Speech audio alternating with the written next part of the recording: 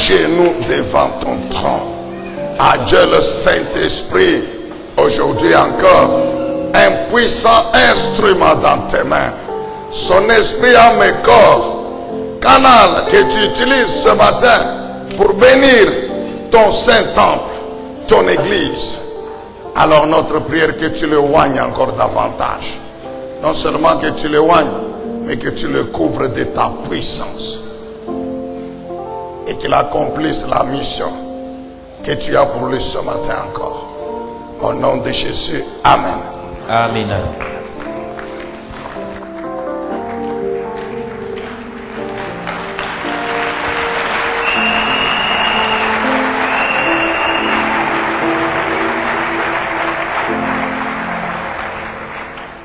Amen, amen. Amina. Que Dieu vous bénisse. Mungu amibariki. Je dis merci à Dieu Nampikia Mungu asante parce qu'il est le maître des temps et des kwa circonstances. sababu yeye ni Bwana wa wakati na majira. Ce serait un crime si je commence mon message sans dire merci à notre Père. Itakuwa kosa kama nikianza mjumbe yangu bila kumpikia baba yetu asante. Vous savez, j'ai l'habitude de dire chez moi la chair et les chairs. Unajua kwetu nina tabia ya kusema na zowezo, mimbari iko bei, Et si tu la montes charnellement, elle va te coûter trop cher. na kama unapanda tu mkimwili itakuletea matata. Alors merci à papa, Asante baba, merci à maman, asante mama, merci au collège, asante kwa timu ya watumishi, merci aussi à l'église, asante tena vile vile kukanisa. merci à l'interprète international. Merci. Quelqu'un de bien. Amen.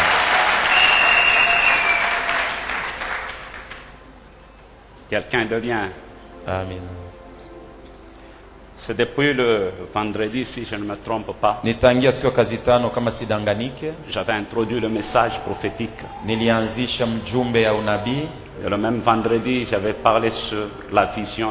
Expliquez d'abord la vision. na kazi tano moja moja niliongea na kufasiria juu ya onyo. Mais ce matin, je vais citer avec les 3 dimensions Lakini asubuhi ya leo nitamaliza na mahatua de tatu notre sous-thème.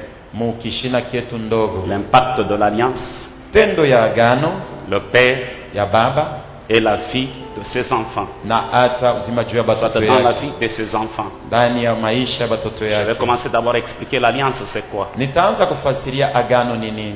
Non, tu vas aimer ce matin. Utaipenda asubuhi ya Et leo tu seras béni ce na matin. utabarikiwa asubuhi ya leo. Richement béni ce matin. Utabarikiwa kabisa asubuhi ya leo. D'abord, Dieu ne conclut pas l'alliance avec tout le monde. Kwanza Mungu afungake agano na mtu wote. Je reprends, Dieu ne conclut pas l'alliance avec tout le Nasema monde. Mungu afungake agano yake na mtu yeyote.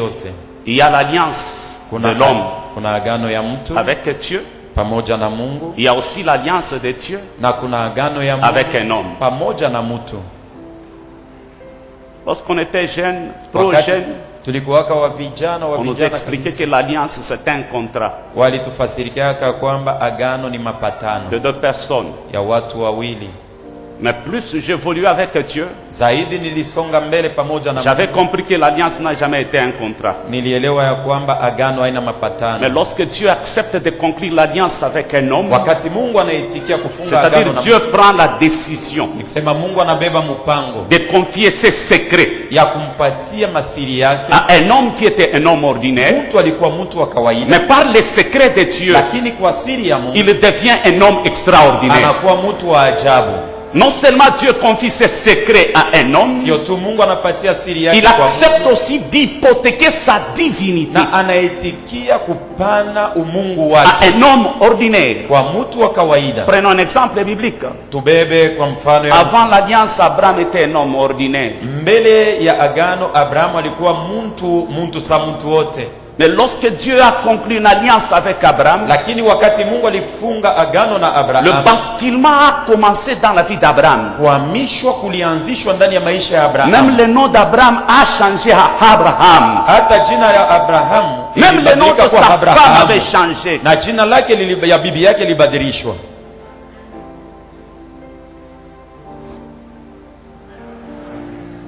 Il dit dans sa parole, alors tu parlas dans une vision à ton bien-aimé. Na ndani ya neno lake wewe Mungu uliongea na mpendo wako katika onyo. Et tu as dit, j'ai prêté mon secours à un héros. Na ulisema nampatia msaada bingwa wangu. J'ai élevé du milieu du peuple un jeune homme. Na inua katikati ya watu kijana mwanaume. J'ai trouvé David mon serviteur. Ninampata Daudi mtumishi Et wangu. je le oins de mon huile sainte. Nampaka mafuta yangu takatifu. Ma main le soutiendra. Mkono wangu Mon utamsaidia. bras le fortifiera. Mkono yangu utampatia nguvu. Et j'écraserai devant lui ses adversaires. Na nitaponda mbele yake wapinzani wote wake. Non seulement l'alliance, c'est un secret de Dieu Sio tu agano ni siri ya Mungu auprès d'un homme. ile Mungu anapatia mtu. L'alliance transforme un homme ordinaire à un ange sans aide. Hata agano inageuza na kubadilisha mwanadamu kuwa malaika bila ana na mabawa. L'alliance transforme un homme ordinaire, Agano inabadilisha mtu wa kawaida, un corps terrestre, mwili ya bumuntu à un corps céleste. inakuwa mwili ya kumbingu. Écrit à l'ange de l'église de l'Éphèse. Andikia malaika wa kanisa ya Efeso. C'est à cause de l'alliance. Ni kwa sababu ya agano. Celui qui conclut une alliance avec Dieu, Mwenye anafunga agano pamoja na il Mungu n'est plus un homme, ana tena mwanadamu, mais il devient un Dieu inachevé. lakini anakuwa Mungu bila ye kumalizika. Paul était un Dieu inachevé. Na hata anayekuwa Mungu mwenye hayamalizika. Pourquoi l'homme de l'alliance devient un Dieu Kwa inachevé? sababu gani mtu wa agano anakuwa Mungu mwenye Parce que l'unique hayamalizika? Dieu achevé, c'est le Dieu créateur, le Dieu tout-puissant. Kwa sababu Mungu mwenye kueneana ni Mungu. Mais dans notre muumbaji, vie, Dieu Mungu va wa rester uwezo. toujours un point vide. Lakini Mungu mu maisha Il yetu commencera à nous ataacha kitu interpeller que tu n'es pas Dieu na 100%. ataendelea na kutuambia kwamba Tu es Dieu à moitié. au yaeneana uko Malgré les kipande. miracles. Amen. La mort Ingawa t'attend. muujiza, lufu na kuchunga. Lisons la Bible, après je vais parler. Tusome Biblia na kisha yake Non, nitaongea. tu vas aimer. Utabipenda. Que Dieu bénisse. Mungu amibariki. Nous sommes dans les livres de Genèse 47. Tuko mkitabu ya Mwanzo 47.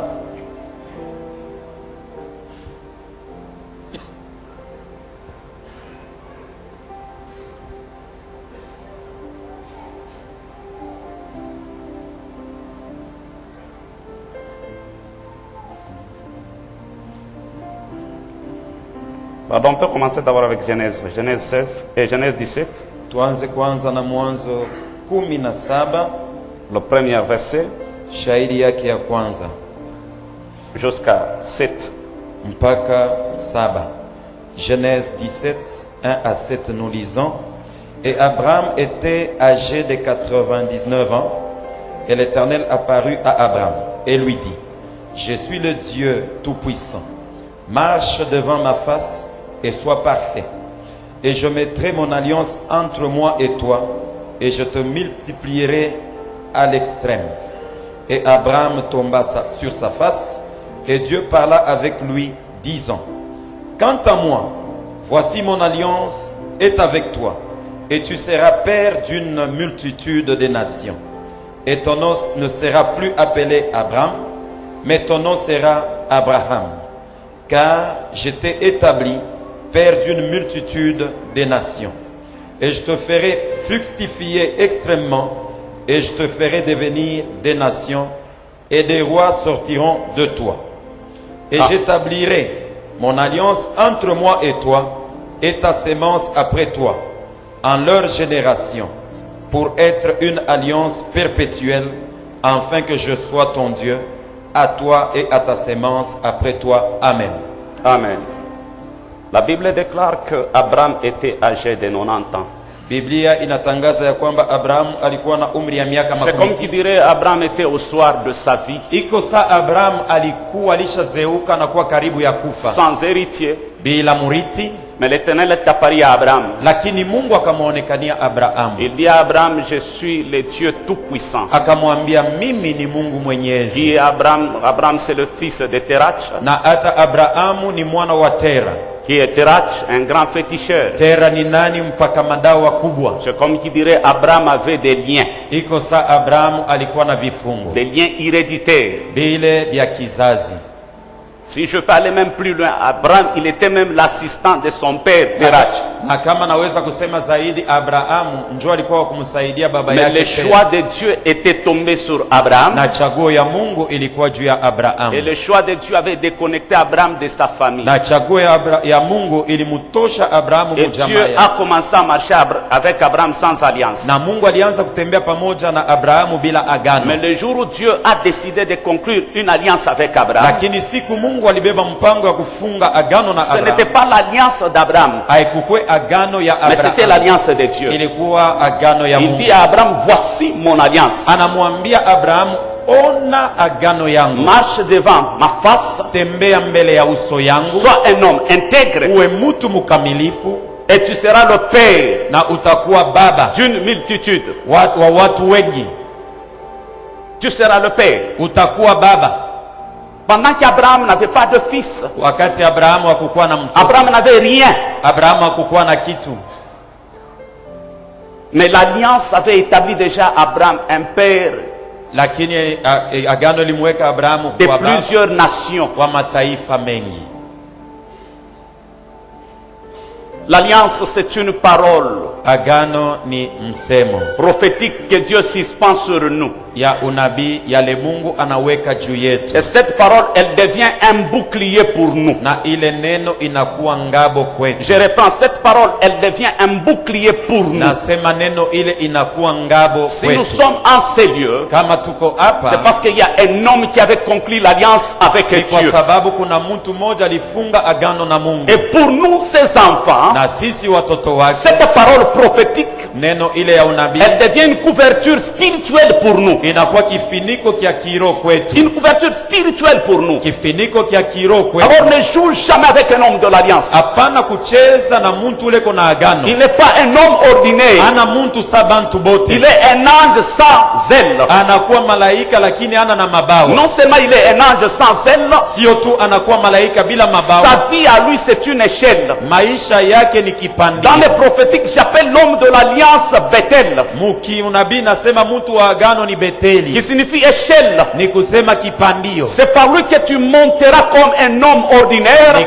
kupitia yeye utapanda kama mtu wa et c'est par lui kawaida, que tu descendras comme un homme na ni extraordinaire. kupitia yeye utashuka unakuwa mtu wa On mastajabu. dirait tu n'as pas compris. Iko sawa kunielewa? Ce matin, c'est par lui que nous monterons. Asubuhi ya leo ni kupitia yeye Parce que dans tutapanda, cette église, il y a une échelle. kwa sababu ndani ya hii kanisa C'est kuna par lui que kipandio. nous monterons. Ni kupitia yeye Tu tutapanda, monteras possédé, utapanda mwenye mais tu kushika descendras na délivré. utashuka mwenye kufunguliwa. Je n'entends pas ton amen. Mimi sisikie amina yako. Tu monteras malade, Utapanda mais tu mgonjwa descendras guéri. lakini utashuka mwenye Je n'entends pas kuponyesha. ton amen. Sisikie amina yako. Tu monteras faible, Utapanda mais tu mdhaifu descendras fort. lakini utashuka wa nguvu, À cause d'une alliance. kwa sababu ya agano. Là où il y a une alliance, Penye panakuwa agano, Dieu est présent. Mungu eko pale. Là où il y a une alliance, Pale peko agano, Dieu est présent. Mungu eko pale. Là où il y a une alliance, Pale peko agano, l'onction est opérationnelle. upako iko natenda. Que Dieu vous bénisse. Mungu amibariki. Ce que nous voyons aujourd'hui, Yenye tunaona leo, il y a un homme qui avait conclu l'alliance avec kuko Dieu. mwenye alifunga agano pamoja na Et Mungu. ce grand Baoba, il était un homme bibliothèque. Na ule baba mkubwa alikuwa muntu ule, kama unatafuta kujua mambo tenda kwake. Un homme bibliothèque. Muntu ule kama unatafuta kujua mambo tenda Mais le kwake. fils a hérité l'alliance du Père. Lakini mwana alirithi agano ya baba. Vous conviendrez avec moi. Mutakubaliana na La mimi. même alliance d'Abraham. Agano moja moja ya Abraham. La même alliance d'Abraham. Agano moja moja ya Abraham. Jacob en Égypte. Yakobo Mumisri Il dit à Joseph, anaambia Yusufu, le Dieu en présence duquel ont marché mes pères. Mungu mbele yake yule baba zangu Le Dieu en balitembea. présence duquel ont Mungu marché mes pères. ule baba yangu balitembea mbele yake. C'est lui qui m'a gardé jusqu'en ce jour. Mwenye alinichunga mpaka na leo. L'ange qui m'a délivré de tout mal. Malaika alinitosha mubabaya yote. Bénisse ses enfants. Abariki batoto Et aba. qu'ils soient appelés de mon nom Na baitwe kwa jina et du langu nom de mes pères. na jina la babu langu. Le Dieu en présence Mungu Mungu ule mbele yake qui avait marché avec notre grand Baba alitembea na baba yetu et qui a suscité notre Josué. na alisisimua Yoshua wetu L'ange de Josué na hata malaika wa qui a Yoshua épargné Josué de tout le combat que vous connaissez. alimuepusha Yoshua kwa Que l'ange de Josué pour Josué, malaika wa l'ange de Yoshua Josué, malaika wa il Yoshua s'occupait de la délivrance de Josué. alikuwa anashughulikia Mais ufungulivu wa pour Yoshua. le fils de Josué, Lakini juu ya batoto ba le Yoshua même ange, il est là pour te bénir. malaika kubariki. L'ange de Josué, Malaika wa il Yoshua était au service de Josué alikuwa anamtumikia pour Yoshua délivrer Josué. ili kumfungula Yoshua. Mais nous ne sommes pas des Josué. Lakini si hatuna ba Nous Yoshua, sommes des fils de Josué. sisi tuko batoto ba Mais Yoshua. le même ange qui a délivré Josué, Malaika moja moja c'est le alimfungula même ange Yoshua qui va te bénir. jo mpaka yeye ula atakubariki.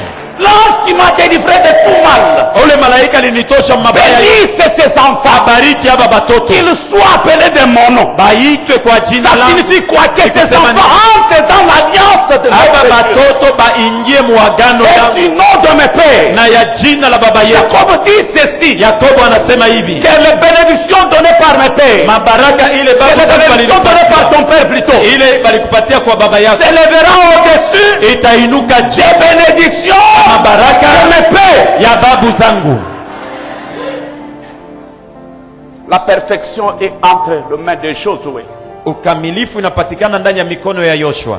Et il est la continuité de l'alliance de Anakuwa Moïse. maendeleo ya agano ya Musa. Mais la mission de Josué, Lakini kazi ya Yoshua c'est de nous faire entrer en Canaan. ni ya kutuingiza sisi Mukanana. Et 2020 pour toi, c'est Canaan. Mwaka 2012 kwako ni Kanana. Alors ne vis jamais avec Josué Hapana kuishi pamoja na Yoshua comme un pasteur ordinaire. sa mchungaji wowote. Le vendredi, je t'avais dit ceci. Kazi tano nilikuambia Ici à Lubumbashi, il y a plusieurs prêcheurs. hapa mulubumbashi kunakuwa bakuhubiri ba mingi, Tout le monde prêche Dieu, bantu bote beko na muhubiri Mungu, mais tout le monde ne révèle pas Dieu. lakini haina bantu bote beko na mufunua Mungu.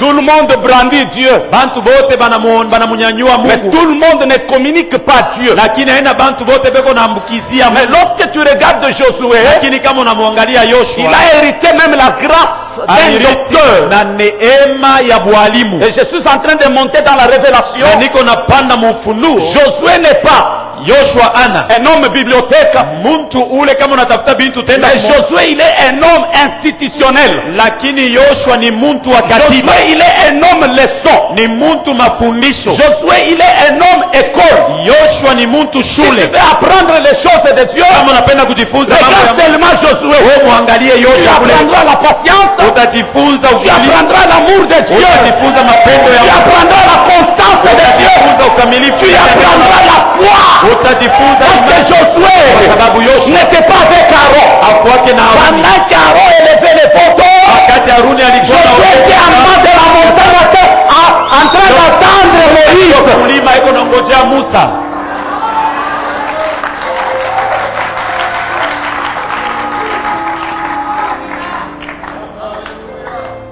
Nitasema, Je vais parler, nitasema, je vais parler, na utakomprendre vitu vya mingi. et tu vas comprendre beaucoup de choses. Hapana kucheza na mtu ule na alliance. Ne joue pas ou ne blague pas avec un homme d'alliance, À cause de la parole prophétique qui est suspendue sur lui. kwa sababu ya neno ya unabii inakuwa juu yake. Cette parole, c'est une clé qui ouvre le ciel. Neno ile ni mfungule na fungula mbingu. Tu peux être maudit par ton père, Unaweza kulaaniwa na baba yako, ton père biologique. baba yako mzazi, Mais Josué est capable lakini Yoshua eko na d'ôter uwezo cette malédiction. ya kuondosha ile laana.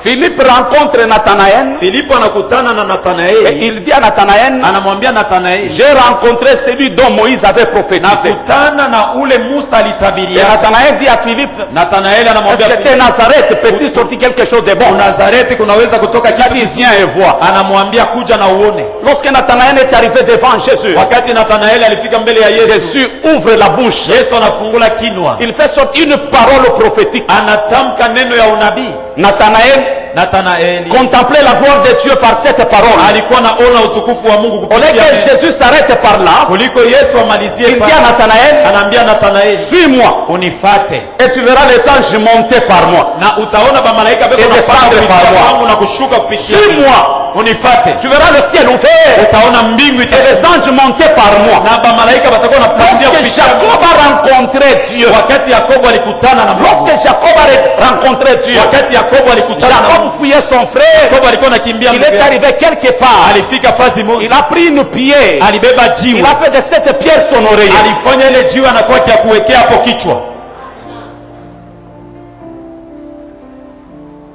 La pierre que Jacob avait ramassée, Jiwe ile Yakobo alilokotaka c'était l'image de l'église prophétique. ilikuwa mfano ya kanisa ya unabii. Disons-nous la vérité. Twambieni kweli, Jacob anakimbia ndugu yake. Jacob fuyait son frère. Kama anatia kulota tolota ndota gani? Mais s'il veut rêver, quelle sorte de rêve que lui va Shatalota rêver? ndugu yake kunamfuata. Mais il rêvera que son frère est en train Mais Jacob analala parce qu'alifika pa kanisa. Il s'est endormi parce qu'il était arrivé à l'église. Ikusa wewe na wewe anza kukimbia bulozi bwa familia. Comme toi tu fuyais la sorcellerie de Mais depuis que unaingia mu NCD, Mais depuis que tu es à la NCD unaweka kichwa yako pa NCD, et tu t'es couché sur la NCD, mbingu inafunguka. le ciel s'est ouvert Biblia iseme hivi. et la Bible ne dit pas ceci. Biblia iseme hivi. La Bible ne dit pas ceci. Jacob aliona baanzi beko natoka kumbingu beko Jacob nashuka. a vu les anges venant du ciel. Mais Biblia vers la inasema terre. Jacob anaona baanzi beko natoka kwa La dunia. Bible dit qu'il a vu Beko les na anges banda. quittant C'est-à-dire yeye ni ange. C'est-à-dire que yeye ni malaika. L'homme de la dia c'est un ange. Mtu wa agano ni malaika. C'est un ange. Ni malaika. Non seulement c'est un ange, Sio tu ni malaika. c'est aussi un député. Anakuwa tena na Celui qui mbingu. prend tes problèmes, Ule anabeba mambo il yako. monte auprès de Dieu avec tes problèmes. Anaenda kwa Mungu na magumu yako. La Bible déclare Moïse Inasema rapporta Musa les paroles des enfants d'Israël Alikuwa auprès anabeba de Dieu. misemo ya batoto ya Mungu Et il akina a pris la kumwonyesha. réponse de Dieu Anabeba jibu pour ya Mungu. donner aux enfants Anakuwa d'Israël. kupatia batoto ba Israeli. Mishi ukwe mu Lubumbashi sabantu bote. Je ne suis pas venu à Lubumbashi comme tout le monde. Hein. Niko nachunga kama mimi nesha kusema. J'attends lorsque je finirai de parler. Nitegala kumikulu ya papa. Je vais me mettre à côté de papa à ses pieds. Nilikuoneshaka sema ni porte. Je t'avais dit que lui, il est une Entre porte troisième génération na quatrième génération. entre la troisième et la quatrième génération. Aina ni ndani ya nyumba. Ce n'est ni à l'intérieur Ni de la nje ya maison, nyumba. ni en dehors de la maison. Tunayasema iko porte. Nous savons, tout ce que nous savons, Alors, que lui, vile il ni est une porte. porte.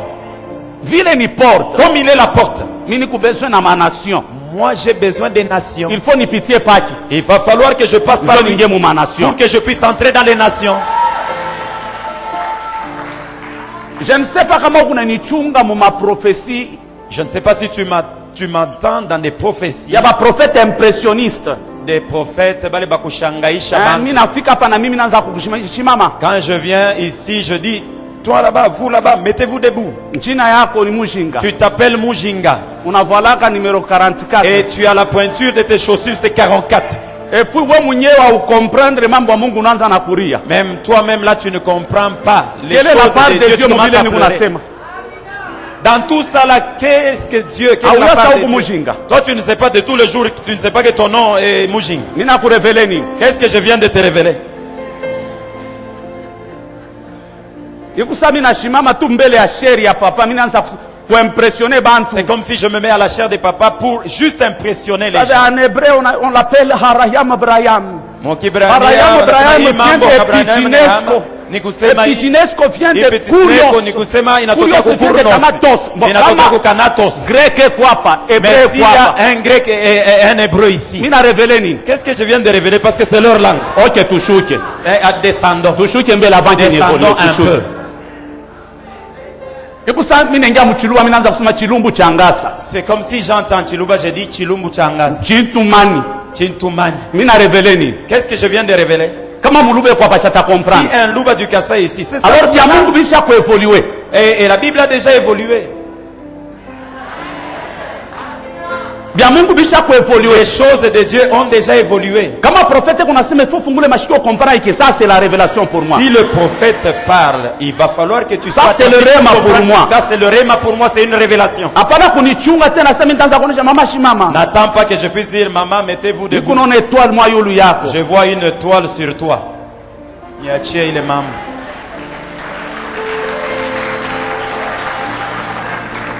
Je ne sais pas pourquoi Mungu ananirudisha Mswahili kusana tia kubeniri muntu moja. Je ne sais pas pourquoi Dieu veut que je puisse en parler en Swahili. Je comprends qu'il veut bénir quelqu'un. Alors muntu wa alliance Un homme d'alliance, ni malaika wa Mungu. c'est un ange de Dieu. Non seulement ni malaika wa Mungu, Non seulement c'est un ange de Dieu, maisha yake yote kuna dependre na Mungu. même toute sa vie dépend de Dieu. Même kufa kwake kuna dependre na Même Mungu. sa mort dépend de Dieu. Unajua ba sataniste banapita ba chrétien mu mabintu bya mingi Vous sana. savez, les satanistes dépassent les chrétiens dans beaucoup de choses. Sataniste avant kufa Satan ampatiaka même masingi yake ya Un lufu. sataniste, avant de mourir, le diable lui donne même ses signes. Donc anabeba même temps ya kujiprepare na vile atakufa. Il prend même son temps pour se préparer avant sa mort. Shetu ronaka kwetu avant papa wemba kufa inane avant.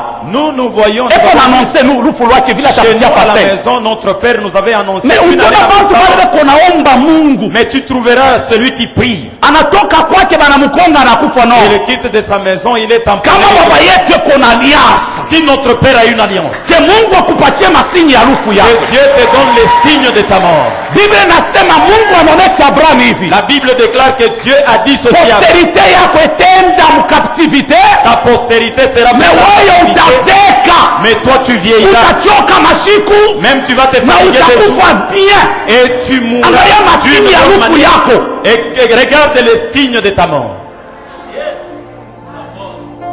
Alliance inatupatia kama masingi ya shiko ya mwisho yetu.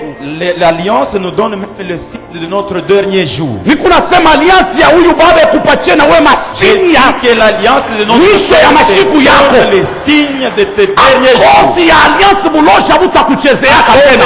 Aucun sorcier ne peut s'approcher de toi. Inasema kosi ya alliance Chez bulosha toi de l'alliance, butakuchezeaka. aucun sorcier ne pourra rien te faire. L'alliance c'est un nom. Agano L'alliance c'est un nom. inakuwa jina Et ce nom c'est un livre. na ile jina ni kitabu. Zacharie c'est un nom. Zakaria ni jina, C'est aussi un ni livre kitabu vile vile historique. cha hadithi.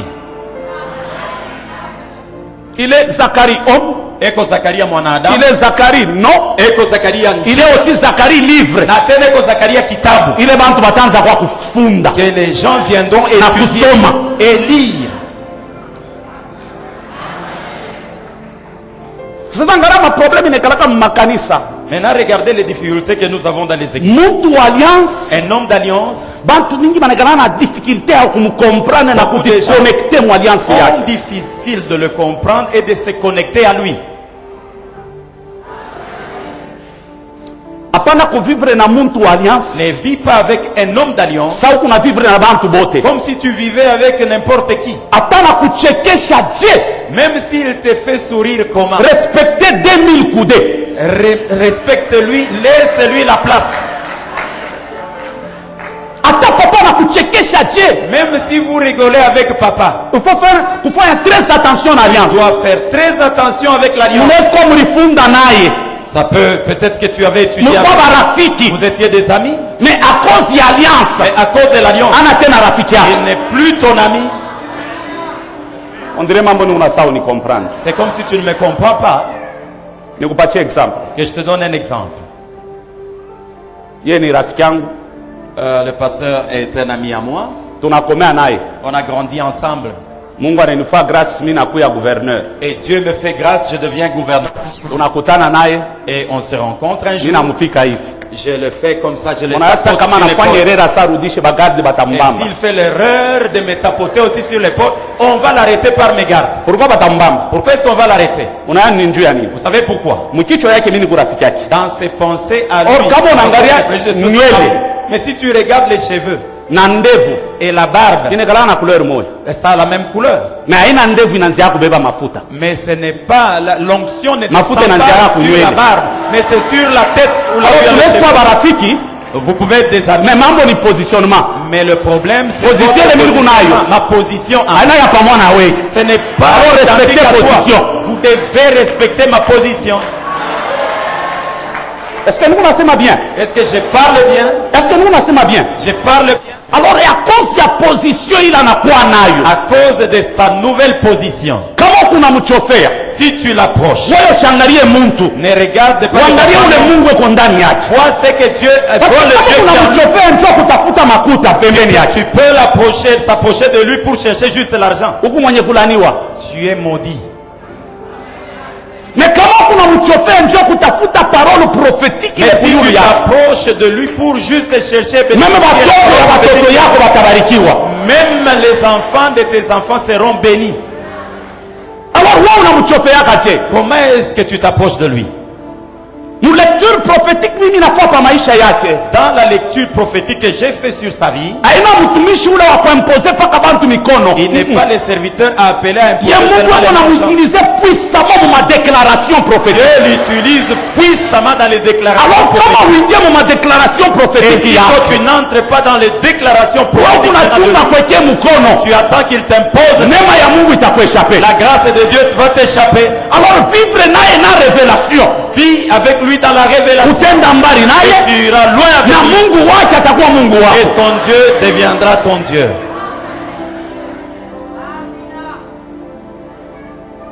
Hapana kumchofea parce que ni mtu mwa wa bien, Ne t'approche pas de lui parce qu'il est un homme de bien. mais umchofee parce que ni mtu mwa na révélation. Approche-toi de lui parce que c'est un homme qui a une révélation. Je crois on a compris les parties Alliance Ministre avancée. Je crois que tu as compris la partie de l'alliance dont j'étais en train de dire. Deuxième partie tulisema ni baba. La deuxième partie, nous avons parlé d'un Alors mimi père. natia ni définir un peu appel ya baba. Et je voudrais définir un peu l'appel d'un père.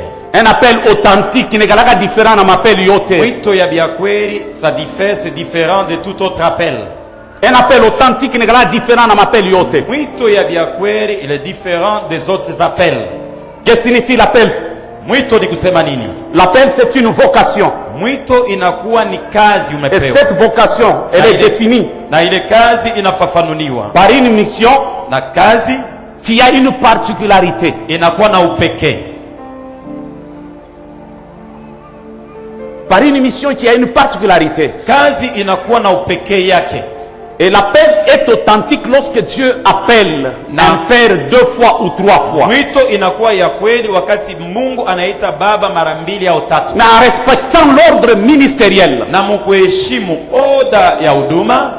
Lorsque l'Éternel est apparu à Moshi, il n'a pas dit à Moshi, je suis l'Éternel, ton Dieu. Na hata Mungu wakati alimonekania Musa kumwambia niko wa milele Bwana Mais Mungu lorsque wako. l'Éternel est apparu à Moshi, il a dit à Moshi, je suis le Dieu de ton père Abraham, Lakini wakati Mungu alimonekania anasema Le niko Mungu Dieu wa baba d'Isaac, yako Abrahamu wa Isaka, le Dieu de Jacob. Mungu wa Yakobo. Point. En d'autres termes, il Hakuna veut dire ishia pale. Ni à kusema- Moïse, si tu marches selon les principes de tes pères, Kama unatembea kufuatana na makanuni je ya baba serai yako, ton Dieu. takuwa Mungu wako. Et Dieu ne pouvait pas appeler Moïse Na en Mungu Égypte. hakuweza kumuita Musa Mumisri. Dieu ne pouvait pas appeler Moïse en Égypte. Mungu hakuweza kumuita Musa Mumisri. Parce que le Dieu que nous prions, c'est un Dieu générationnel. Kwa sababu Mungu ule tuko naomba ni wa vizazi. Le Dieu que nous prions, c'est un Dieu d'alliance. Huyu Mungu tuko naomba ni wa agano. Un Dieu qui respecte l'alliance. Mungu ule kuna heshimu agano. Pour que Dieu appelle Moïse, il fallait que Dieu déplace Moïse. Juu Mungu amwite Musa ilibidi amhamishe. Il a amené Moïse dans la lignée d'Abraham, Alimpeleka Musa mkizazi kia Abrahamu chez Jéthro, kwa Yetro. qui était un sacrificateur mandianite. Alikuwa mkuhani wa Madiani, Mais Jéthro, lakini Jetro il était dans la lignée alikuwa ndani ya kizazi de l'un des fils d'Abraham mendiant. ya mmoja mtoto wa Abrahamu Parce que Madiani. Abraham avait 7 fils. Kwa sababu Abrahamu alikuwa na watoto 7. Il y avait Ismaël, Kulikuwa Ismaeli, il y avait Isaac, kulikuwa Isaka, il y avait aussi les 5 fils de Ketura. kulikuwa tena watoto 5 wa Et Ketura. dans les prophétiques, les 5 fils de Ketura Munabii ile watoto 5 wa Ketura représentent directement les 5 ministères. wanamaanisha huduma La tatu. Bible déclare qu'Abraham les a fait les dons Biblia inasema ya kwamba et les a Adamu renvoyés vers l'Orient. zawadi na kuwapeleka kwa mashariki. Et dans les prophétiques, Abraham a 4 fils. Na hata ndani ya unabii Abrahamu Le kuna premier watoto fils d'Abraham, c'est Israël. wa kwanza ni Israeli, Le deuxième fils d'Abraham, c'est Ismaël. wa pili ni Ismaeli, Et le troisième fils d'Abraham, na watatu mtoto wa ce sont Abrahamu les 5 fils de Ketura. ni batoto 5 ba Mais Ketura, le 4e fils d'Abraham, c'est nous. na wa ine ni sisi. Israël est élevé. Israeli ameinuliwa, Ismaël est élevé. ameinuliwa, Or, Ismaël, c'est le père d'Al-Qaïda. lakini Ismaeli njo baba wa Al-Qaida, Mais les 5 fils de Ketura, lakini watoto 5 ce wa sont les Ketura véritables musulmans. njo waislamu wa kweli. Ils se sont exprimés dans les livres d'Esaïe en disant ceci. Alijionyesha na kusemea mkitabu ya Isaya hivi, Même si Abraham ne nous connaît pas, hata kama Abrahamu toute Même chose. si Israël ignore notre existence, Hata kama Israeli abajua kwamba cependant, éternel est Dieu, japo wa milele Bwana tu Mungu es notre Père. uko baba yetu. Le jour de la naissance de Jésus, Siku ya kuzaliwa kwa ce Yesu n'était pas des chrétiens qui avaient la révélation de Jésus, haina bakristo ndio walipokea c'était ufufuo wa des Yesu. musulmans. Ni Waislamu. Les 3 mages, ils étaient dans la lignée des 5 fils de Ketura. Majusi tatu C'était des musulmans. watoto tano Ils ne pouvaient pas se présenter devant le roi. hawakuweza kwenda kumuona Mais mfalme. brebis, Mikono mitupu. on adore Jésus, Anamwabudu on Yesu. adore le roi des rois avec l'ami, Inafai kumwabudu l'encens et l'or. na hata dhahabu. Mais les ça banafika mu Jérusalem, Lorsqu'ils sont arrivés à Jérusalem, banaingia kwa ils Herode, sont entrés chez Hérode étoile inapotea. et l'étoile avait Ile ça banatoka kwa Quand Herode, ils sont partis de là, étoile inaparaître, l'étoile a encore banaenda apparu. banafuata étoile parce que Ils inyela ont suivi nzamba l'étoile diriger ni étoile. parce que c'est eux, c'est l'étoile qui Banafika leur mu Grèce dirigeait. fasi Yesu alikuya, Ils arrivent là où Jésus était, banamwadore Yesu. ils ont adoré Jésus. Bamisilima banakomprendre que Les musulmans kuanzia leo pour que étoile isitupotee tena, à partir d'aujourd'hui, tuweke étoile yulu ya mamoske yetu yote. plus disparaître, qu'on mette ça au-dessus de nos mosquées. Est-ce que ça qu'on a comme mosquée bila étoile? As-tu déjà vu une mosquée sans étoile?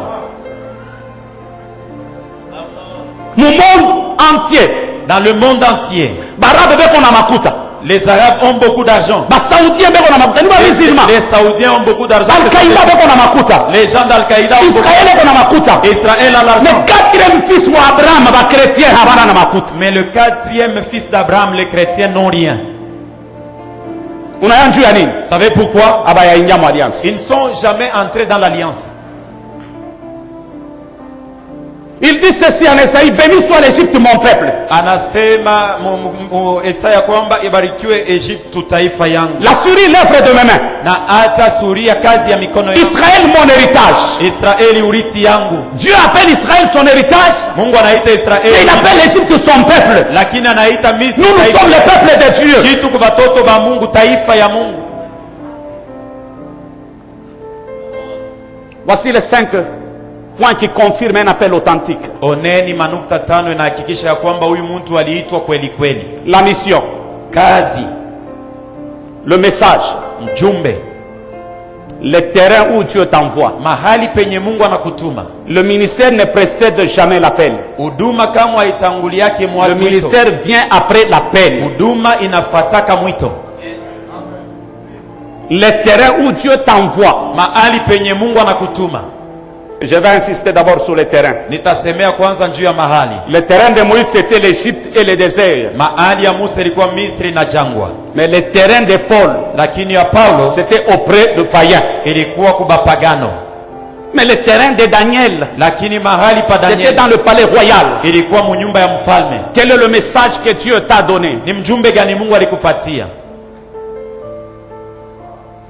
Je peux avancer? Naweza kusonga mbele? Après le terrain, il y a la puissance. Kisha pa nafasi kunakuwa uwezo. Et le 5e point, c'est les signes prophétiques, c'est-à-dire la parole prophétique Na clé. nukta ya tano inakuwa alama ya unabii, ni kusema neno ya La unabii, révélation de base. ufunuo ya msingi. Tout homme de Dieu Mtumishi wote wa Mungu qui a une alliance avec Dieu, mwenye kuwa na agano na il Mungu puise sa force anatega nguvu dans la yake prophétie clé de son ndani ya ministère. matabiri, funguo ya huduma yake. Oh, kama papa kunaomba ufuate maombi yake bien, Lorsque papa prie, suis attentivement sa prière. anarudiliaka misemo ile Mungu alimuoneshaka. Il revient sur les paroles dont Dieu lui avait dit. Amen. Amina.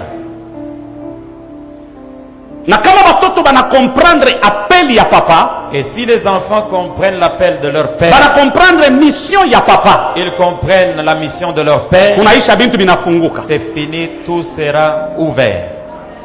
Bintu binafunguka. Les choses seront libérées.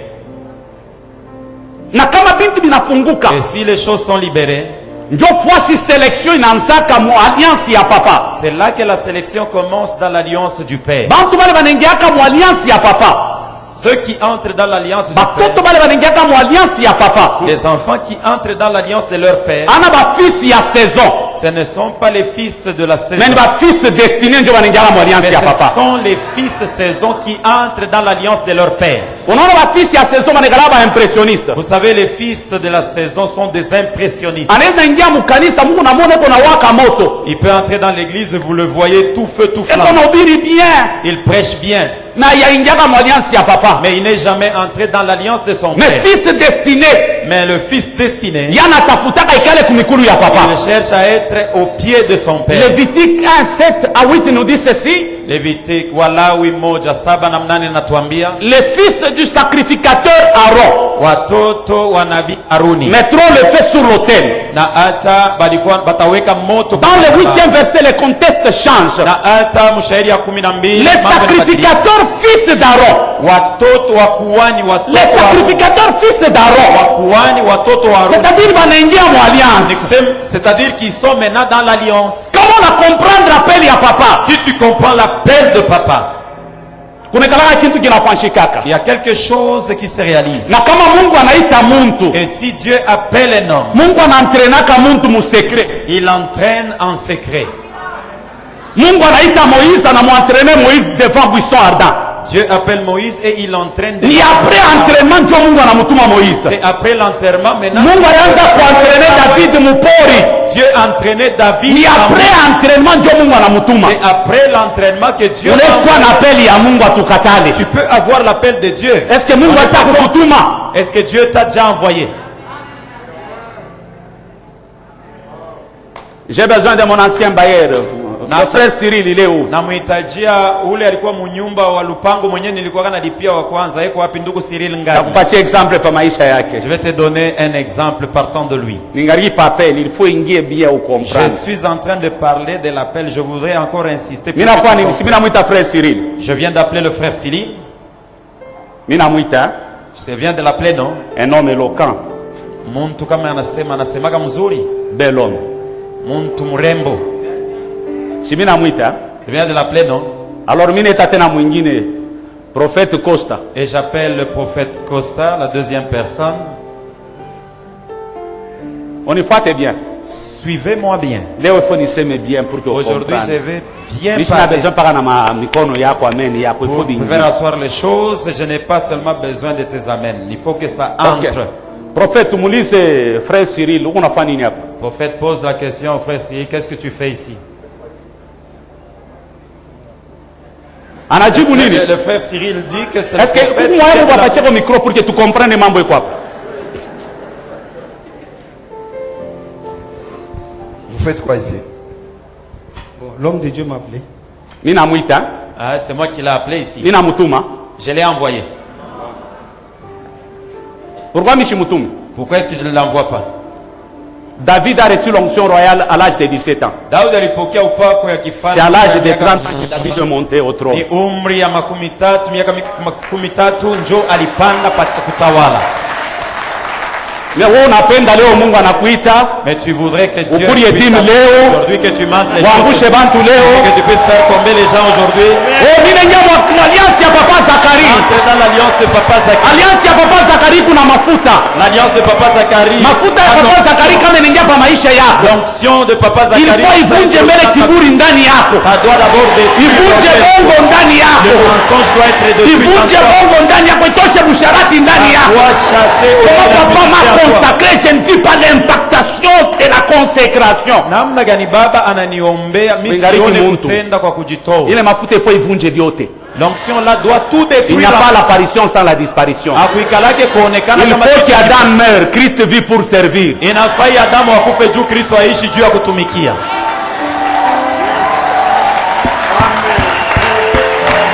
Nina wita mishi mutume. Je l'ai juste appelé et je ne l'ai pas envoyé. Jofasi panekalanga mambo. C'est là où est le problème. Or l'homme de l'alliance, Japo mtu wa agano il est aussi capable d'appeler ses fils. eko na uwezo Au wa ministère. kuita watoto yake muhuduma. La Bible déclare, Biblia inasema, la Bible déclare, Biblia inasema Dieu a dit à Moïse, Mungu aliambia Musa, choisis 70 personnes chagua watu makumi que saba. toi tu connais, pas moi Dieu, Wale que wote toi Moïse tu hapana connais. Mungu, lakini wale Je wote prendrai une portion de toi, sehemu moja yako, pas une portion de Dieu, hapana sehemu ya Mungu, mais une portion de Moïse. fils, lakini sehemu ya mtu choisis 70 personnes que toi tu connais. Dieu appelle l'homme de Dieu. Mungu anaita Et mtumishi l'homme de Dieu aussi est capable de t'appeler toi au ministère. Mungu na wewe anaweza kuita wewe mtumishi, Alors si tu le sautes, na kama unamruhusu Dieu aussi te sautera. Mungu naye atakuruka. Et lorsque l'homme de Dieu appelle le fils au ministère, Wakati mtumishi wa Mungu il y anaita a mtoto 5 étapes pour que le fils soit aussi serviteur. tano njoo mtoto awe mtumishi. Papa mwenyewe narudia niseme. Vous pouvez rentrer à vos places, je vais continuer.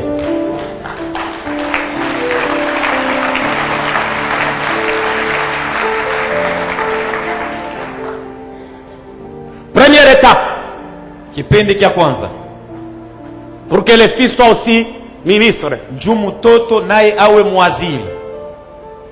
Le fils doit comprendre les signes d'appel. Mtoto anapasha kuelewa maalama ya mwito. Les signes d'appel. Alama ya mwito. Je ne parle pas de l'appel, les signes d'appel. Mishiseme alama ya mwito. Avant que Dieu appelle Moïse, Mbele ya Mungu kuita Musa, Moïse avait manifesté les signes d'appel. alionekana kuwa Une ya kwamba volonté ameitwa. d'aider Mapenzi, Israël. anatafuta ye kusaidia C'est ce qu'on Israeli. appelle les signes d'appel. Njoo ile inaitwa Venir alama à ya l'église, mwito. c'est un signe d'appel. Nasema ile inakuwa alama Répondre ya à une invitation, c'est un signe d'appel. kuichika kualiko ni inakuwa Moïse alama ya a mwito. manifesté signe d'appel. Moïse a manifesté un signe d'appel. Anaenda kukombania Waisraélien. Il est allé combattre pour les enfants Parce que d'Israël. Mungu alikuwa yamwita Moïse anagafe. Parce que Dieu ne l'avait pas appelé, c'est comme ça qu'il avait connu des problèmes. Mwisho ya Moïse alikimbia. Et en fin de compte, il avait pris fuite. Deuxième étape, Kipindi kia pili, un homme d'alliance il nous appelle muntu wa agano anatuita pour que nous soyons les propriétés privées de Christ. hivi tuwe wake Kristo peke yake. La Bible déclare, je les ai choisis Biblia inasema pour qu'ils niliwachagua soient à moi. hivi bawe bangu. Mungu wa mtu wa alliance hawezi na kuitilize wewe Le Dieu d'un homme d'alliance ne kama una peut utiliser propriété toi privée ya Yesu. si tu n'es pas encore une propriété privée de Jésus. Troisième étape, c'est la discipola. Kipindi kia tatu ni kuwa mtu ule anajifunza juu ya kuwa mwanafunzi, La discipola, être au pied d'un maître. kujifunza pembeni ya mwalimu. Mimi nitainsister hapa. Je vais insister ici. Unifuate nikurevelee kitu kimoja. Suivez-moi très bien, je vais te révéler quelque chose. Jésus alikuwa na badisciple. Jésus-Christ avait ses disciples Deja badisciple baranza kufurusha bademon. et ses disciples pouvaient chasser les démons. Deja badisciple baranza kuprêcher. Ils prêchaient aussi, Mais sans ministère. lakini bila huduma. Je reprends sans ministère. Bila huduma. Leo makanisa kuna kufa parce que kanisa ni kala mu évangile. Aujourd'hui, il y a des assemblées qui meurent parce que les assemblées ne sont pas assises dans l'évangile. Évangile ne tuleta ma message erroné mu kanisa. Ils sont assis dans l'évangile. L'évangile nous a amené des messages erronés. Mama à la kanisa ya leo inayua bademo kumupita ta Mungu. Et les assemblées, soi-disant chrétiennes aujourd'hui, connaissent plus les démons, même Bantu leur nom beko que kale Jésus. sana mu connaissance ya bademo. Et parce qu'on leur a parlé beaucoup concernant les démons. Vous savez, Satan il est devenu Satan parce qu'on élève Satan du haut de la chair chaque jour. Unajua shetani, eko shetani leo, njuu benye bale beko na ubiri, beko na fundisha kumimbali. Ce que tu élèves du haut de ta chair, Kile uko napandisha juu, tu finiras par l'adorer. mwisho ya yote utakiabudu. Angara bantu wa leo beko naomba mais beko na boka bwa bademo. Écoutez les gens aujourd'hui, ils prient beaucoup, mais quand il s'agit des démons, ils tremblent. Niveau ya kweli mu bya Mungu. Le vrai niveau dans les choses, Kama una comprendre identité yako. c'est quand tu comprends ton identité. Ikusa leo mtoto wa Donald Trump C'est comme aujourd'hui l'enfant de Donald Trump. anakuwa quelque part banamushimamisha banamuuliza sasa ujipresente. Il arrive quelque part, on l'arrête, on lui demande de se présenter. Kama ne jipresente mutendela tena kumubamba. Si il se présente en tant qu'enfant de Ne Donald Mungu Trump, wa huyu vous allez babeko avoir yulu ya Donald Trump. mais le Dieu de notre papa, il est au-dessus de Donald Parce Trump. que uye kujipresente ndio pale banakubamba kwa baloji. Parce que tu ne sais pas comment te présenter, c'est pourquoi tu es ensorcelé tous les jours.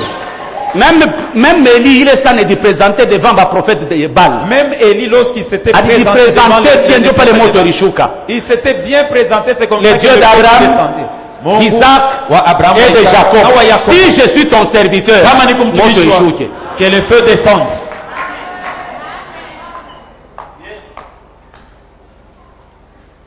Angari. Regardez, Mungu ana mu évangile. Dieu n'est pas dans l'évangile, mais Mungu eko mu bonne nouvelle. mais le Dieu est dans la bonne nouvelle. Ami takuprouver, una tafuta wewe tellement que wewe uko connaisseur, una Je tafuta vais te prouver parce que toi, tu te crois être connaisseur. mwingine kunajiuliza anatia kusema nini? Un autre se pose la question. Sasa unishikie niseme Maintenant, ukomprendre. suis-moi, je vais te dire des choses. Évangile ni philosophie ya muntu. L'évangile, c'est la philosophie de Dieu. Unasomaka Biblia? Hein? Tu lis la Bible. Banasema évangile selon Jean. On dit Pas selon c'est Dieu, l'évangile selon Jean, pas selon Dieu, mais Évangile selon Luc. Jean. Luc, Évangile selon Marc. évangile selon Marc. Évangile selon L'évangile Matthieu. selon Matthieu. Malgré banasema évangile selon Matthieu. Ni mu acte des apôtres ndio banabaita batumishi wana recevoir ma ministère. Dans les actes des apôtres, c'est là où on dit que les disciples ont reçu. Banatoka le mu ministère. étape ya ba disciples, Ils ont quitté l'étape des banakuwa ba chrétiens.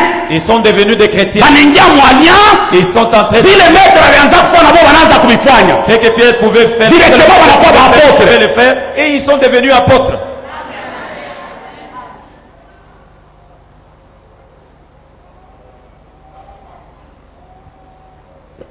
Quatrième étape, Kipindi cha nne,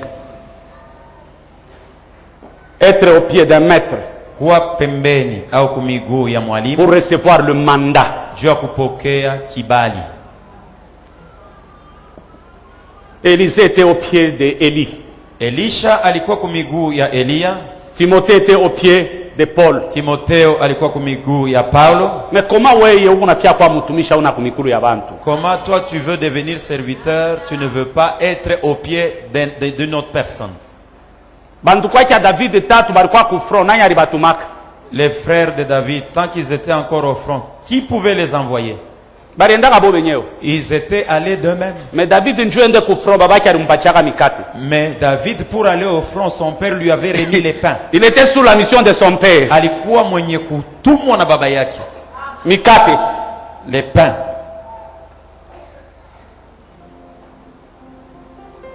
Joseph pour qu'il afike mu Egypte Joseph, pour qu'il arrive en Égypte na interpréter ndoto ya et Pharaon. pour qu'il puisse C'est interpréter sous l'onction de son père. le rêve de Pharaon, ni chini ya upako wa Munyumba baba. yabo Joseph asikuinterpretake mandoto yake. Dans leur maison, Joseph ne pouvait jamais interpréter leur Le rêve. fils n'est pas puissant dans la maison de son père. Oh. Mtoto ekalake wa uwezo Le mu fils nyumba ya est baba puissant en yake. dehors de la maison de son père. Mtoto eko wa uwezo nje ya nyumba ya baba yake. Il est ça, Joseph anapanda anaonesha bandu kwake, allait dire à mon père, L'autre son Dieu a dit, il m'a fait un père pour Pharaon. Na hata anasema mwende mkamwambie baba yangu, kwa sababu baba yake alimfanya kuwa baba wa Farao. Son Dieu a dit, il m'a fait un père pour Pharaon. Mungu wake alanifanya kuwa baba wa Farao. Chunga papa akutume akupatie mikate. Attends que papa t'envoie, qu'il te donne les Yeye ndio pains. entraîneur wako. Qu'il soit ton coach. Yeye ndio coach wako yuko na kukoche. C'est lui ton coach, c'est lui qui doit Kama te nakuonesha coacher. ushitoke, Il ushitoke. te dit aujourd'hui ne sors pas, ne sors pas. Bya Mungu ana bya vitu vya makursa, hapana Les kwa choses de presse. Dieu, ce n'est pas où on fait la course, ne sois pas pressé. Niko na message, mais niko naona beko nenye tufe bako etufe we. Je sens en moi que j'ai un message au m'étouffe. Toi, qui va t'étouffer, toi? Kubwa bintu biko nenipita mkiche ba chose Je so matana mutu na sens ngai. des choses monter en moi, bouillonner en moi. Na Vitu ningina vinanichemka. fongola ngume waupesa nga occasion te. Mais moi, je voudrais révéler des choses. Il n'y a Frère, personne pour okufa. me donner la chair. Utakufwa. Frère okokufa bademo bakoyebi soke nous connaissons Zacharie. Nduku utakufa. Nous connaissons Abandemoni son Dieu. watakwambia tunamjua. Mais tangu bakotana yo na ordinateur ya monde de vesti kombo na ya weza. mulimwengu ya juu. Okokendo Jina sala kwa ministère na bilamba na ozongi sans bilamba. utaenda muhuduma na mavazi utarudia uchi. Yo somona age bango bazana ngo na ministère zaje. Oh, unayua miaka ile barifamu mbutumishi ni mchezo ile. Lelo biso ba jeune ozokuta biso kana bo limbisa ngana loba kaka. Acha unirumie nikwambie. Biso ba jeune lelo ozokuta biso kaka na ba mama mikolo na ba mama mikolo pona nini? Shi babiana leo utakutanisha paka kiana iko na mama mzee. Ni juu ya nini? Kozanga ba père spirituel. Ni kukosa baba wa kiroho. Na vie ya coach ezalaka na biloko mibale. Na mu maisha ya mtumishi kuko vitu viwili. Entraînement na initiation. Kukukoche na kukuambia bila unapasha kufanya. Mais okomona coach te ko simba balo. Na utaona namna gani ilo Oye salemaka na terrain entraînement. ile inakuwa Mais na destere za initiation. na hata ile inakuwa ndani Yesu entraîné ba disciple. Yesu alifundisha Tango aseku ya vanzonga bandiko initier bango. mbele ya Oya bandako ba parabole Bible ndio asanya bango 40 jours. alifanya nabo masiku Azosolola na bango bandosola bango nini? alikuwa anafukuza nabo nini Makambo nzambe fo ba initier yo. mambo ya Mungu ifo bakuoneshe vile binekalaka. Oko yako kufa neti bana ya Aaron. Utakufa saa batoto ya Haruni Le savoir faire tu.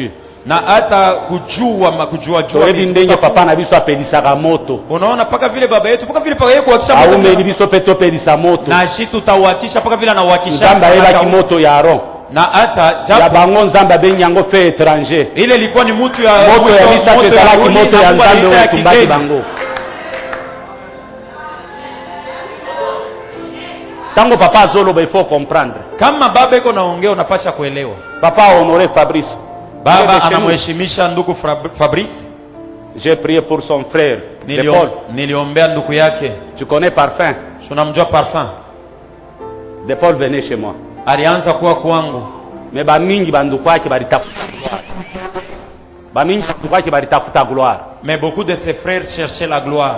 Gloire il ne va écraser. Et la gloire les ont Parce que écrasés. gloire ni poids. Parce que la gloire c'est un poids. Inapezaka. Ça pèse. Il va écraser. Ils ont été écrasés. Mais yana comprendre que misa tafuta gloire ni tafute Mungu. Lui a compris que moi je ne dois Ule pas kona courir derrière Mungu, la gloire, mais Dieu, parce que Anageraka gloire. il gère même la gloire. Ula anageraka gloire. C'est lui qui gère la gloire. Eko na maîtrise ya Mungu. Il a la maîtrise de Dieu. Est-ce que nous nasema bien? Est-ce que je parle bien? On est fait 10 minutes. Donnez-moi 10 minutes, je vais terminer. 20 hein? 20 Ah, minutes. c'est intéressant. 20. C'est très bon. Vous m'ajoutez même 10 minutes pour faire 20.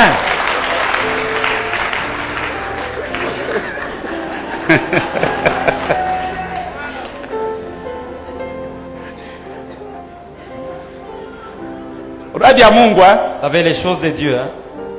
Il faut que tu na baba. Tu dois avoir un père.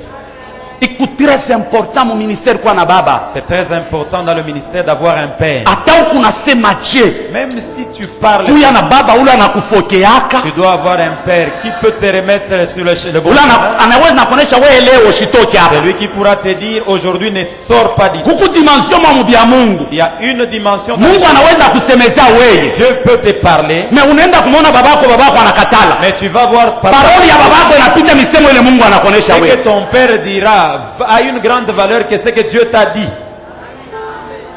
Toneshane vérité. Disons-nous la vérité. Sheba jeune tulianza kusema bababa banalabisha vya Mungu. Nous les jeunes, on est en train de dire les vieux ont détruit l'œuvre de Dieu. She tunakuwa kukorije vya Mungu. Nous sommes là pour corriger les choses. Shinyo kama langage yetu. C'était ça notre langage. Zangala ma réseaux sociaux vile tunakorije vya Mungu. Mais regardez dans les réseaux sociaux comment est-ce qu'on a corrigé les choses de Dieu.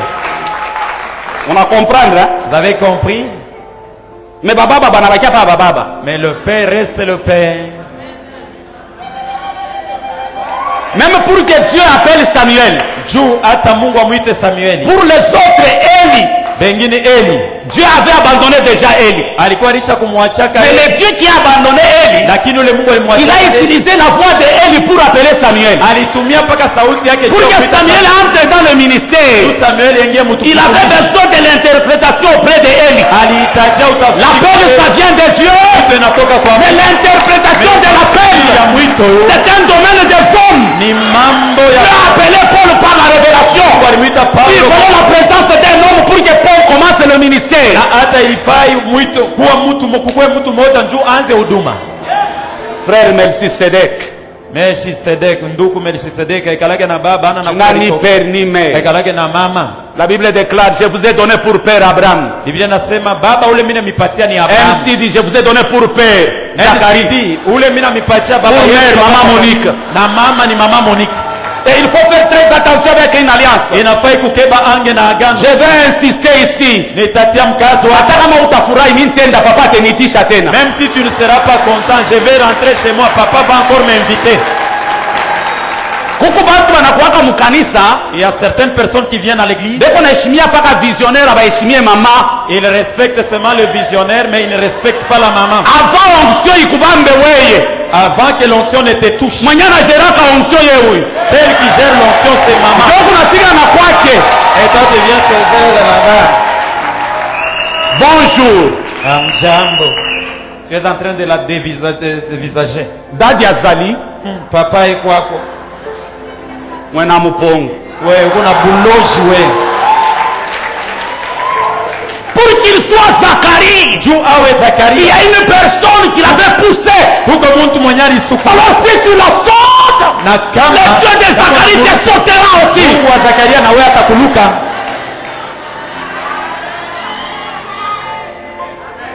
Maidadi. Shongeze kuna wewe tena maimami. Baba yangu, tu peux ajouter aussi ma maman.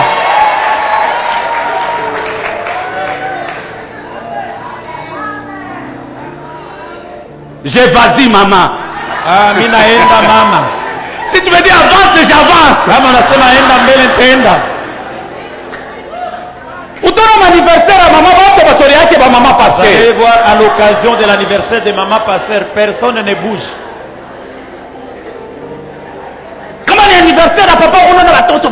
Mais si c'est l'anniversaire de papa, tout le monde vient lui offrir quelque chose. Leo bintu biku na evolue utekona sataniste moyo kwa bintu vyake vya buchafu na anainisia bibi yake ndio unamchungia kiungu. Tu peux voir un sataniste qui évolue mais il prend ces gris là, c'est sa femme qui les garde. Bia Mungu bishakwa paka vile. Les choses de Dieu sont Ndio pale unaona ba anglophone banapanda keko napanda mu ministère na bibi yake. C'est ainsi que vous voyez les anglophones. Alors chez les anglophones kama unapenda one baraka. Chez les anglophones, si tu veux vivre, élève bibi anglophone kupita anglophone. Élève la femme du serviteur anglophone, tu vivras des choses.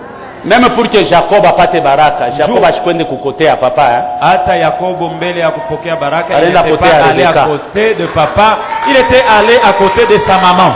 Kama unaiona mimi kuna mongopa papa sana mimi. Si vous me remarquez, moi, je crains beaucoup papa, mais je suis plus attaché là-bas à maman. Hata usema amen, mimi nasema amen. Même si vous ne dites pas amen, moi-même je dis amen. Hata amplifie amen yako mimi nasema amen. Même si tu n'amplifies pas ton amen, mais moi-même j'amplifie mon amen. Alors alliance ya papa iko besoin na batoto. L'alliance de papa a besoin des enfants destinés. Hapana batoto ya saison. Pas les enfants de la saison. Batoto ya saison manekataka na mazela mère. Les enfants de la saison sont animés d'une zèle amère, un zèle amer. Ndio batoto unaona anakuwa mkanisa, iko nafaa biote mnamuapprécier. Ce sont des enfants quand ils viennent à l'église, quand il fait tout, vous l'appréciez. Kama bana musispandra anakimbia kanisa. S'il est suspendu, vous ne le verrez plus jamais à l'église.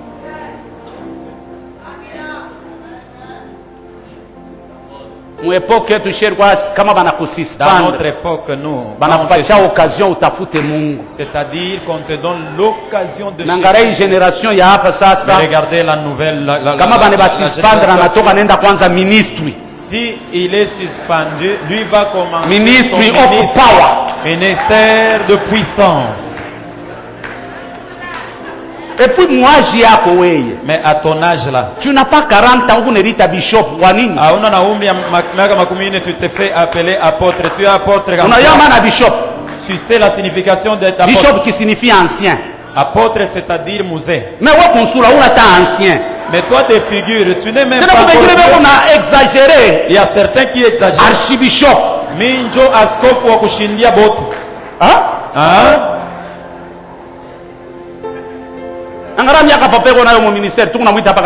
Regardez l'âge que papa a dans le ministère, on l'appelle toujours révérend. Mais toi tu n'as que 2 ans dans le ministère. Tu es déjà apôtre, archibishop. 2 ans, on a quoi archevêque? 2 ans tu es archevêque aujourd'hui.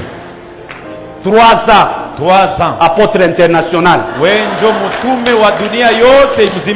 4 ans prophète des nations.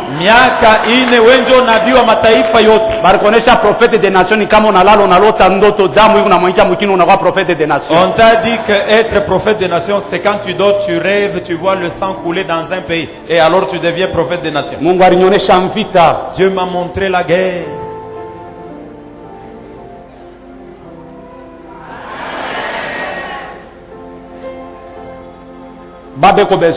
Fils. Le père a besoin de fils. Il y a destiné. Les fils destinés. Kumwanzo ya vision milisema baba nikalaka sacrifice. Au début, j'avais dit que de la vision, j'avais dit que Dieu, papa a besoin d'un Il est un sacrifice pour sa vision. Ye mwenye eko zabiu juu ya onyo yake. Mais au milieu de la vision, Lakini katikati ya c'est onyo, le fils qui devient sacrifice. ni mtoto ndio anakuwa zabibu. Dieu demande à Abraham, Isaac.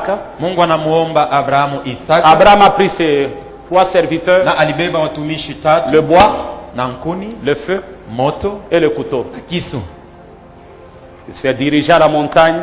Alianza kwenda kumlima. Arrivé quelque part, Abraham a dit à ses serviteurs, Anafika fazi moja, Abrahamu anaambia batumishi, vous restez ici. mwe mubakie hapa. Moi et mon fils, Mimi na mtoto nous yangu irons à la montagne tutapanda kumlima adorer Dieu. juu ya kumwabudu Mungu. Dans ta Bible ou bien dans ma Bible, Mu Biblia yako we il au est ya. écrit qu'Abraham avait pris le bois. Na hata bakasema ya kwamba Abrahamu Isaac akachukua, le feu. lakini Isaka moto. Non, non. Hapana. Abraham a pris le bois. Isaka, Il a Abrahamu alibeba chargé Isaac. anamweka pa kichwa ya Isaka. Isaac mtoto kiloko. Isaac, un petit enfant. Abraham anabeba mankuni. Abraham a pris le bois, les bois. Mulima ikalake hivi, mulima ikalake hivi. La montagne n'est pas comme ça plate, mais elle est comme Nikola ça Abraham kulikuwa montagne. moto na kisu.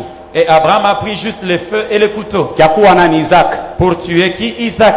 L'explosion de la vision Na hata kupasuka kwa onyo commence lorsque le fils accepte sa mort. inaanzaka wakati mtoto Dans la anatika vision. kufa kwake ndani ya Et le onyo, Dieu de la vision na Mungu wa onyo va ressusciter le fils. atafufula mtoto. Mulima murefu Isaac na mankuni. Une grande montagne, Isaac chargé du bois. Sois un pilier pour cette vision. Uwe nguzo juu ya onyo hii. Sois un pilier pour cette vision. Uwe nguzo juu ya onyo hii. Sois fier de cette vision. Ujifiele juu ya onyo hii. Sois fier de la MCD. Ujifiele juu ya Tu dois défendre ton église. unapaswa kusemea kanisa yako.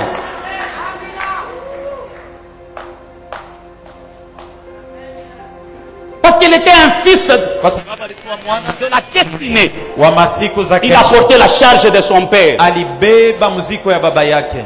Abraham ashikupashe kuya Abraham kama Isaac alikatalaka kufa. Abraham ne devait pas être Abraham si Ni Isaac lufu lwa avait Isaac ndio tunamfanya Abraham père des nations. C'est la mort de Isaac qui a fait d'Abraham. Kama le père Isaac des nations. alikimbiaka tu. Si Isaac avait pris fuite,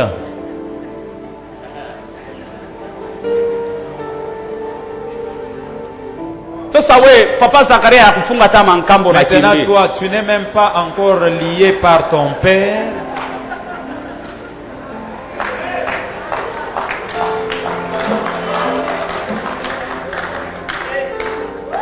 Shinkambe nyingine banaweza na kufunga tu On peut te lier, abakwachake share. mais on te laisse jamais la chair. Ichika Accepte. hapana hata kumirimire. Ne murmure pas. Peut-être mahubiri le papa qu'on a préparé njuu yako matemi ya nguvu ya kuya. Peut-être la prédication ou l'enseignement que Matemi ya eschatologie. préparé pour toi, le temps de la fin hayakuya. wakati ya mwisho. Mais wewe unachunga utumike mu matemi ya Dieu attente mais le monde il a donné son fils unique. Toi tu voudras. Ichika mbele kamba wewe. Mungu alipenda sana dunia, alipenda dunia sana. Accepte d'être lié. Ndio unaanza kudikrele maseminaire huku napima niveau yako hapana. Hapana hata kukrele maseminaire ikala. Mesurer ton niveau. Reste assis. MCD ce n'est pas une église qui est debout. MCD haina kanisa ile kubuima. À Lubumbashi il y a aussi des églises debout hein. Kanisa huku Lubumbashi kuko Mais makanisa ile MCD kubuima. c'est une église qui est assise. MCD ni kanisa licha Le kuikaa. jour où Jésus voulait commencer son église, il a dit faites-les asseoir. Siku Yesu alipasha kuanza kanisa yake alisema mubekarishe mbele chini. Une église assise c'est une église mature. Kanisa ene kuikala chini ni ene kukomala. Mais une église debout, Lakini kanisa ile c'est kubuima. une église qui est basée sur des déclarations. Ma kamata yama, je le crois, tu le sois quoi. kwamba vyo vile weka mfuko.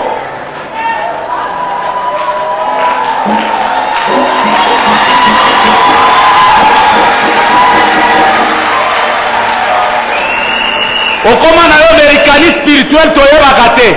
Wewe yako unasema niko Amerikani wa kiroho lakini Toyebaka te soki ozolekata na vini oyo nazodeklare na yambi oyo yangai. kama Oyambi. tuko napita mbarabara unalalamika, oh mimi napokea. Ici il y a une parole prophétique. Hapa peko misemo ya unabii.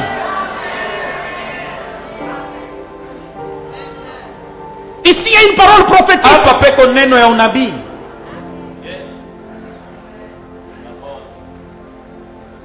ichikia charge ile banakupatia. Accepte la charge et tu la supportes. Hata kama inakuwa, même si ça te tue, Mungu wake atakufufusha. son Dieu va te ressusciter.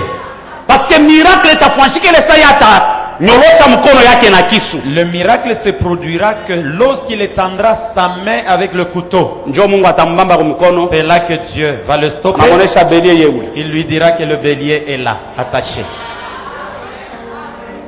Bélier ni Yesu la takuremplacer. Le bélier, c'est Jésus qui va prendre ta place. Mais soit un sacrifice. Lakini uwe zabihu. Même 100 francs yako tuko nayo besoin juu ya Même tes 100 francs là, nous avons besoin de ça. Même 200 francs yako tuko nayo besoin. Même tes 200 francs là, on a besoin de ça. Plus utatika kwa sacrifice, plus que tu vas accepter d'être sacrifice. Munyumba ya veuve mulikuwa lufu. Dans la maison de la veuve, il y avait la mort. Mais il fallait Élie accourir lufu. Il fallait que Élie mange la pour que la vie entre.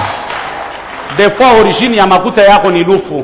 Des fois l'origine de ton argent c'est la mort. Des fois makaji yako ile ni lufu. Des fois tout ce que tu fais c'est la mort. Mais il faut un sidi courir de lufu. Il va falloir que un sidi afin que tu vives la vie. Toute action correspond à une réaction. Kutenda kote. Lufu ni action. Na Biblia barisema. Bujima ni réaction. La mort c'est l'action et la résurrection c'est la vie. La réaction c'est la réaction. Okay, révélation pour je veux terminer avec cette révélation. Bible nasema il est bon et agréable que deux frères de demeurer ensemble. La Bible déclare ni mzuri banduku na badala c'est comme l'huile qui est versée inakosa maji imemwanywa pa kichwa cha Haruni et ça descend sur la barbe inashuka kundevu sur le bord de son vêtement. Na paka kupande ya c'est comme la chaîne de montagne. Iko sam ilima ya kufatana d'Hébron. Ya Hebroni. C'est comme la chaîne de montagnes d'Hébron.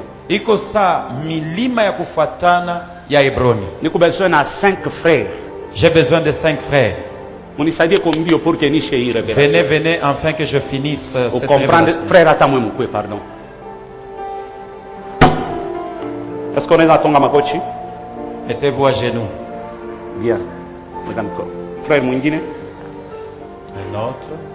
Ah, wewe unacheza bien sana, wewe hapana kutonga makochi. Toi tu exhibes très bien les pas de danse, ne te mets pas à genoux. Mutange vile anatonga makochi. Faites de même comme Stern. Aba ni batoto. Ndio chaîne de montagne. Les enfants, c'est ça la chaîne de montagne. Frère Kuya, viens. Mimi naona yeye anachunga kochi yake bien sana. Lui est attentionné à sa veste. Panda yulu yako. Monte au-dessus de l'autre. Ok. Unaona? Vous voyez? Hii ni montagne ya Hébron. Ça c'est la montagne d'Hébron. Unifuate bien. Suivez-moi attentivement. Huyu ni papa Zakari. Celui-ci c'est papa Zakari. Soutien à papa Zakari kunatoka wapi? Le soutien de papa Zakari vient d'où? Aba. Provient de ses frères. Mais aba beko chini. Ceux qui sont ici en dessous. Ni ba petit bananier. Ce sont les petits bananiers. Mais huyu. Mais l'autre ici, c'est le plus grand qui va produire une grande régime. Mais comment il y a un régime? S'il lui produit cette vision, cette vision ici ne va pas. Régime et quand on va couper un rejeton va monter, va pousser. Mais pour que qu'il y ait un rejeton, il faut respecter le principe. Il faut respecter ce principe. Rosé na chukaka ku montagne ya Hermon. La rosée descend. Hermon anapotea rosé. Et l'hermon. Njoo mwanga rosé. Et jusqu'au inaingia na muvili. Et jusque dans la vie. Mais kama shuka frère, batachoka. Sasa kama bote beko hivi, si tous sont courbés, rosa itashuka. La rosée ne peut pas. Kama rosa ishuke, si la rosée ne descend pas, émergence ya kanisa itakuyako. L'émergence de l'église ne va pas. L'onction attire les gens. Ou pas que na kokotaka bande. La sagesse fait asseoir les gens. Et kima inekali. Mais l'intelligence fait croître l'œuvre. Na hata akili na kumalisha kazi.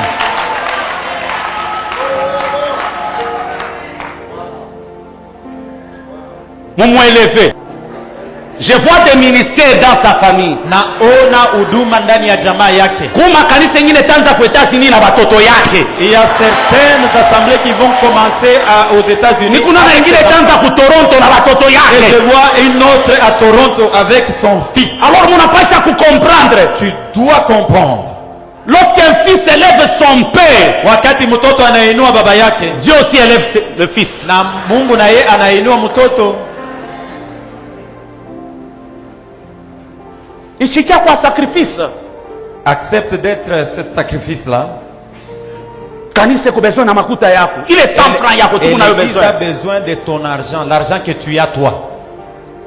Kanisa iko besoin na présence yako. L'Église a besoin de toi. Il n'y a pas un roi sans un peuple. Akuikalake mfalme kama ana na bantu, Sa force à lui c'est la foule. nguvu yake ni bantu. Son onction est opérationnelle lorsque toi tu y es là. Upako yake itatenda ni paka kama wewe kwako. Pana kuchunga mimi sitakuwa kanisa mimi bani visitaki. Ne dis pas moi je n'irai plus à l'église parce que Ni personne ne vient me Kristo visiter. bwana samani bule. Ça c'est l'ancienne crainte. Ocha konaka pera nenda kuvisiter ba andimi. As-tu déjà vu un père aller visiter les fidèles? Pera acha kuvala muzabi yake anakuwa mimi nakuwa visite. Un prêtre qui est dans sa soutane, il dit je suis en plein visite. Toka mwile niveau. Quitte ce niveau-là. Weka mkicho yako kama mimi shende kukanisa. Mets-toi en tête que si moi je ne vais pas à l'église, Iko vibaya sana. ce n'est pas bien. Je crois mimi nimepikia merci. Je vous dis sincèrement merci.